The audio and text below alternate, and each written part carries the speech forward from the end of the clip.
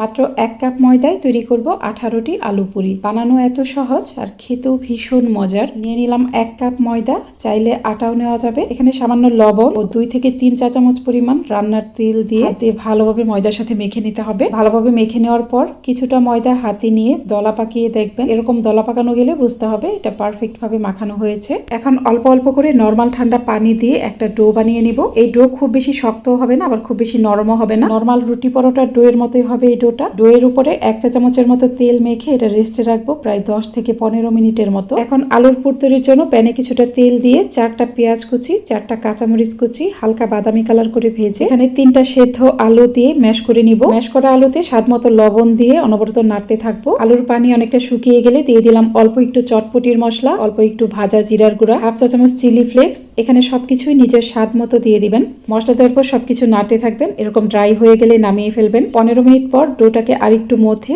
সমান সমান 18টি ভাগে ভাগ করে নিব। কিছুটা তেল দিয়ে মেখে নিলাম, তাহলে একটার সাথে আরেকটা লেগে যাবে না। যেখানে পুরি বানাবো সেখানে কিছুটা তেল মেখে 1 ভাগ ডো নিয়ে হাত দিয়ে এভাবে চেপে চেপে নিলেই দেখবেন ছোট একটা পুরির শেপ হয়ে গেছে। এখানে কিছুটা আলুর পুর দিয়ে এভাবে মুখটাকে সিল করে দিবেন। তারপর সিল করা অংশটা নিচের দিকে রেখে আলতু করে চেপে নিবেন। সবগুলো বানিয়ে মিডিয়াম আঁচে তেল গরম করে অনেকগুলো পুরি একসাথে ভাজা যাবে। মিডিয়াম আঁচে একটু সময় নিয়ে উল্টে পাল্টে পুরিগুলোকে ভেজে যে কোনো সসের সাথে গরম গরম পরিবেশন করুন।